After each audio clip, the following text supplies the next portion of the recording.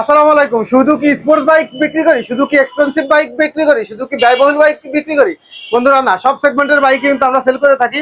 আর 4B তো অনেক বেশি সেল করে থাকি, কারণ এটা হচ্ছে মার্কেটের ক্রেজি বাইক, সব থেকে হট বাইক, মানে রেডি পিকআপের খাড়া টান তাকে বলে।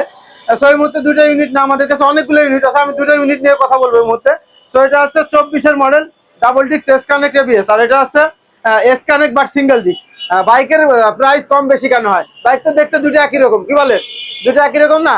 আচ্ছা, কেন কম বেশি হয়? এটা হচ্ছে 24-এর model, double disc S connect ABS, একদম নতুন কন্ডিশন, তার কারণে অন টেস্ট অবস্থায় এটার প্রাইস 2,05,000 টাকা, ফিক্স 2 লক্ষ টাকা। আর এটা হচ্ছে 2021-এর বাইক, এস কানেক্ট, এবিএস নাই, সিঙ্গেল ডিস্ক, রেজিস্ট্রেশন করা আছে। ওটার থেকে এটা রান বেশি করছে, 21-এর মডেল, আর ওটা 24-এর মডেল, এই কারণে এর প্রাইস 1,55,000 টাকা। তো এই কারণেই কম বেশি হয়ে যায়। বাইকের মডেল, বাইকের কন্ডিশন, বাইকের মাইলেজ, এই বিষয়ের উপরে কিন্তু বাইকের দাম কম বেশি হয়ে যায়। কিন্তু কম্পেয়ার করতে গেলে বাইকের স্কিল থাকতে হবে বোঝার জন্য।